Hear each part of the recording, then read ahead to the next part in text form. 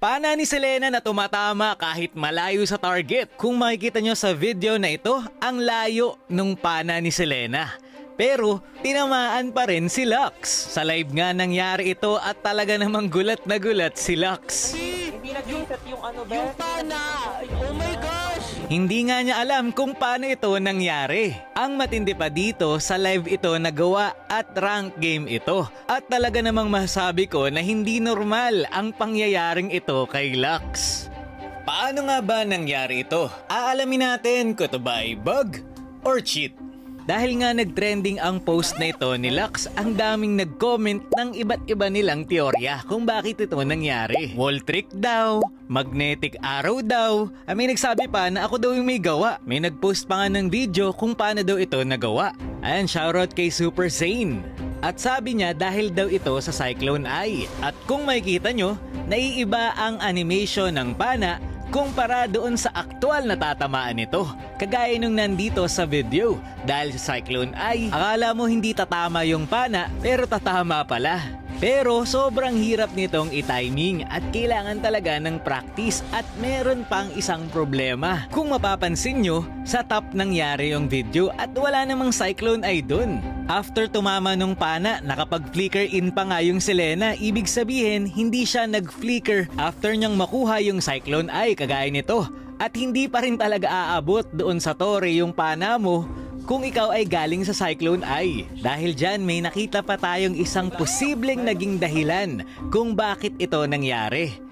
Nandiyan yung Matilda nung kalaban. So sabi sa comment section, sumakay daw yung Selena sa Matilda tapos saka gumamit ng Cyclone Eye at napatamaan si Leslie. Para malaman ang katotohanan, nagtawag na ako ng mga expert at isa na dito si Lowlight. Kilala sa kanyang malulupit na pana kay Selena na nang mamagnet talaga. At tinry namin yung Matilda plus Cyclone Eye combo kung posible ba talagang magawa. Nalaman namin na kapag masyado ng malayo yung Matilda, gagana na agad yung Cyclone Eye kahit hindi pa tapos yung passive. Ayun, kung makikita nyo, wala na yung Cyclone Eye dyan. Kaya hindi na magagawa yung bug kapag sobrang layo, kahit mag-flicker pa yung Matilda. Kaya naman, hiningi ko na kay Lux yung replay para talagang malaman na natin. At ito yung nangyari. Sa replay, kung makikita nyo, normal lang yung pana ni Selena. At wala din yung Matilda kung saan naganap yung bug. Nandoon yung Matilda sa base. At Selena at Harit lang ang nandoon. So paano nga ba talaga nangyari? So eto na ang totoong sagot. Kung mapapansin nyo, naka-drag map etong si Lux dito sa video. Kumbaga hinahawakan niya yung mapa. Kaya nga wala sa gitna yung hero niya. At nung nakapana na yung Selena, naibalik niya yung tutok ng camera niya sa sarili niya. Kaya nagkaroon ng visual bug. Kumbaga nakaganto si Lux, dinadrag niya yung mapa. Tapos nung pumana, sakto na ibalik niya doon sa hero niya yung camera. Sinubukan naming i-recreate at ganito yung nangyari. Kung makikita nyo, ang layo pa nung pana.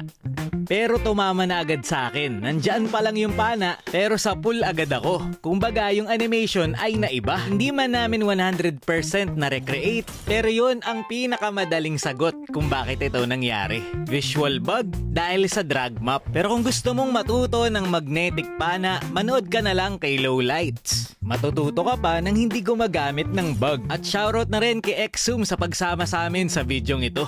Yun lamang for this video, isa na namang misteryo ang ating nasagot.